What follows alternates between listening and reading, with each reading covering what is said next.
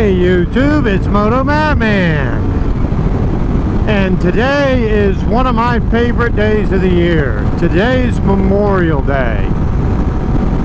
Now,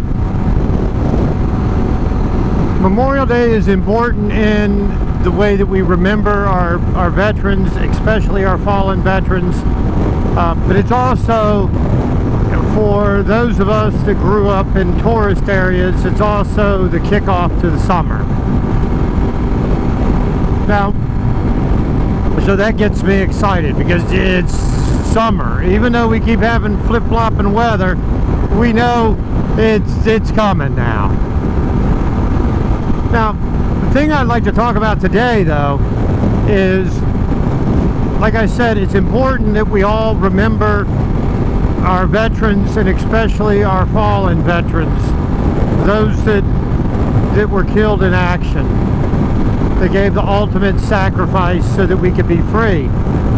But one of the things that I'd like to talk about is I'd like to talk about remembering the families of the veterans and our fallen veterans. Now, people ask me all the time when they find out where I grew up if I was a Navy brat, and I was not. We just happened to, for the most part, when I was growing up, always live in Navy towns.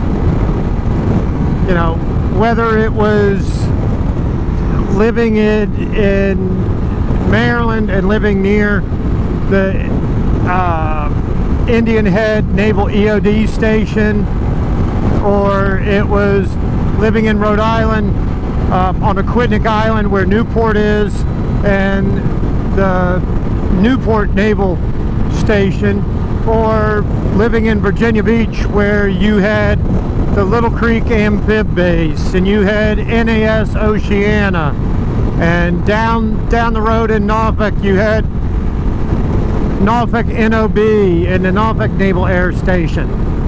I was always in Navy towns. Now, I lived near Army posts as well, like near Fort Belvoir. Well, actually in Fort Belvoir, Virginia. You have Fort Story in Virginia Beach as well. Lived near Andrews Air Force Base and Langley Air Force Base. But I lived in military towns, for the most part Navy towns. Now, I want everybody to remember not only the veterans and the people that are currently active duty and serving our country, but also the families.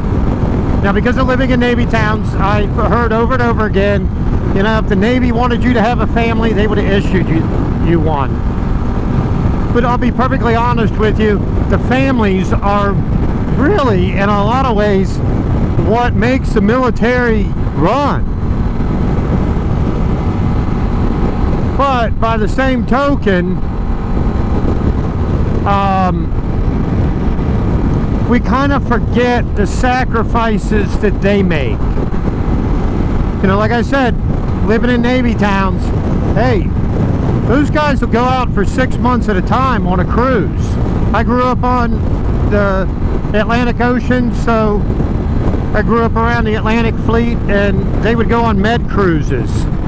You know, cruises of the Mediterranean all the time.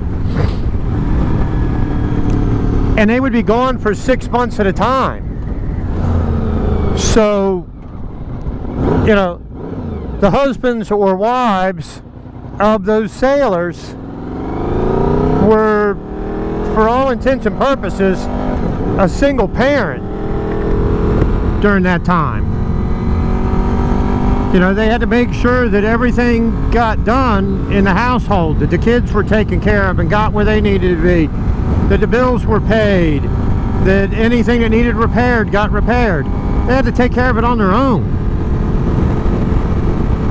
You know, and then of course you have, unfortunately, the families of our fallen service members and the sacrifice that they made as well in losing their loved ones. You know, so while we remember those that are serving, have served, and unfortunately those that have paid the ultimate sacrifice, I think we still need to remember those families. You know, now there's something else that I want to bring up too, because it's something that kind of hits close to home for me, and that's during the time of peace, we kind of just look at the military as just having a regular job. You know, there's no danger in it. I mean, come on, we're not fighting anybody. Well, I've got a good buddy, his name is Ed, who served on the USS Iowa. And during a time of peace, the USS Iowa was out on a cruise, and there was an accident, and gun turret 2 exploded. And when gun turret 2 exploded, it killed 47 sailors on that ship. You know, just an accident. After years of investigation, it was found out that the gunpowder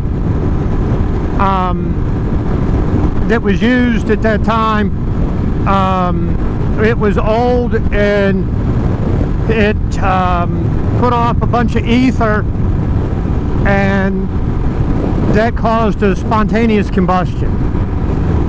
So it was just an accident.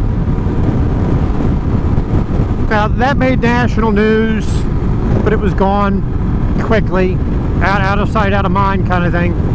But those are 47 sailors that perished in one single accident during a time of peace. I want to say that was 1989 that happened. Now, you also have other training accidents that happen where you don't lose that many soldiers, so you really don't hear about it. You know, you hear about it in the military towns, but it's not big news. You have planes that crash. When I was living in Virginia Beach, an A6 Intruder went down on Oceana Boulevard and killed both the pilot and his Rio, and also a pregnant woman that was on the road, because the plane actually crashed inverted on Oceana Boulevard and hit her while she was just driving down the road in her station wagon. There was a few years ago, I believe it was an F-18 that crashed into an apartment building in Virginia Beach as well. Planes crash out in the Atlantic Ocean and out in the Pacific Ocean and the Gulf of Mexico. I don't want to say all the time, but it happens more frequently than I think a lot of people realize. And those are our airmen and women that are just training. You know, something goes wrong and we lose them. You know, so I want to make sure everybody remembers them as well. It's not just the soldiers and sailors and airmen and Marines and Coast Guard personnel that die in a time at war. We also lose many during peacetime as well. So I want to make sure that everybody keeps those people and their families and the families of all of our service members in their thoughts and prayers, not just today on Memorial Day, but every day. You know, with the sacrifice that they all put in to keep us safe and keep us free, so that we can do the things that we love, like riding motorcycles. But anyway, don't want to bring everybody too far down with that. You know, there is the positive of the day. Like I said in the beginning, it's the unofficial start of summer. Growing up, this would be a day for the beach. Unfortunately, I'm in Ohio, and I'm just a little bit too far away from the Atlantic Ocean to go to the beach and go surfing or hanging out today. But anyway, I hope everybody has a great Memorial Day. I hope you've kept our service members, both past and present, in your thoughts today. I hope that you're able to get out on two wheels and enjoy the beginning of summer.